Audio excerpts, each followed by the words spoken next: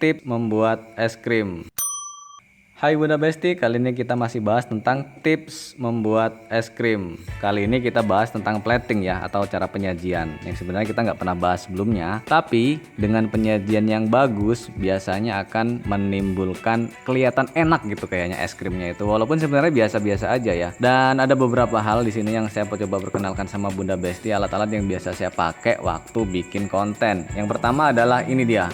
Ini sebenarnya bukan plating buat es krim, karena ini adalah sebenarnya alat atau plating buat sushi. Kalau di Jepang itu kan suka makan sushi ya.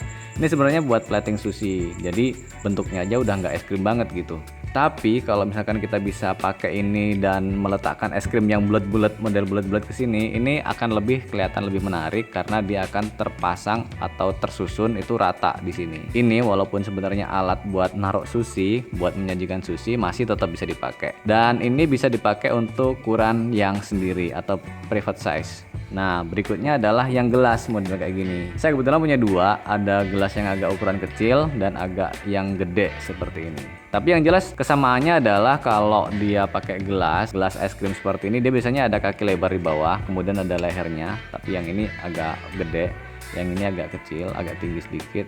Nah, kemudian dia ini mulutnya agak lebar gitu. Terus dia agak pendek. Kenapa agak pendek seperti ini? Karena emang biasanya es krimnya kan nggak terlalu banyak ya.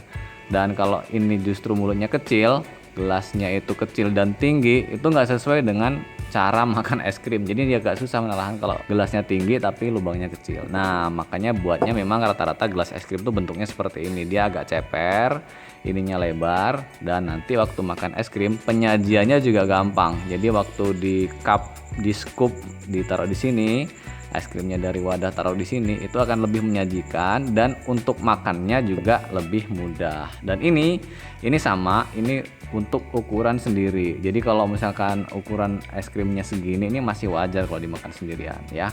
Tuh, itu yang kedua. Kemudian yang berikutnya adalah ini dia, pakai bowl ya. Ini sebenarnya bukan bowl es krim juga sih, tapi bisa dipakai buat kita nyajiin es krim. Jadi ini cereal bowl sebenarnya. Jadi untuk makan anak kecil atau bayi biasanya pakai bowl seperti ini atau mangkok seperti ini. Aku pilih yang gambar penguin, ada lope-lopenya sih.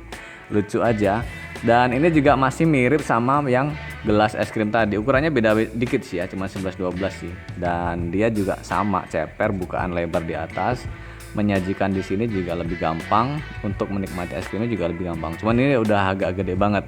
Jadi kalau buat sendiri kayaknya ini kegedean ya. Kalau makan es krim segini sendiri kayaknya kenyang banget gitu. Apalagi es krimnya manis banget ya, yang rasa-rasa manis gitu, coklat, rasa buah yang rasa pemanisnya agak banyak, gulanya agak banyak. Ini kalau segini kayaknya kegedean.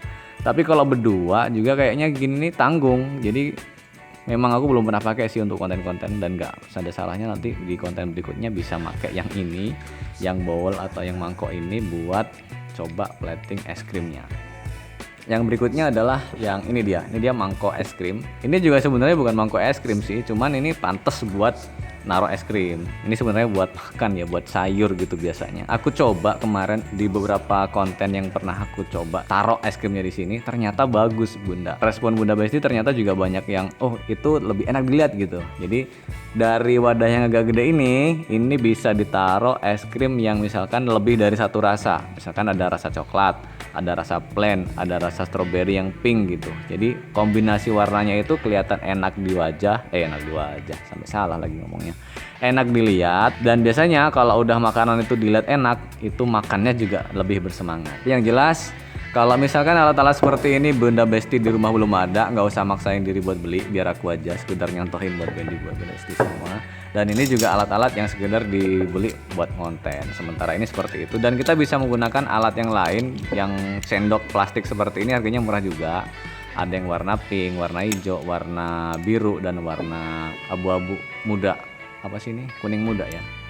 Dan ini warnanya warna soft semua, bukan warna-warna yang terlalu kuat, karena biasanya sih dengan warna-warna yang kalem seperti ini akan lebih kelihatan lembut ya, dan meningkatkan nafsu makan buat makan es krimnya. Oke, sementara gitu dulu tentang plating atau menyajikan es krim. Kalau misalkan Bunda punya saran, punya ide, silahkan ditulis di kolom komentar. Misalkan, waduh ini kurang gini nih, kurang gitu nih, es krimer menyajikannya kurang ciamik misalkan. Nah, boleh tulis di kolom komentar.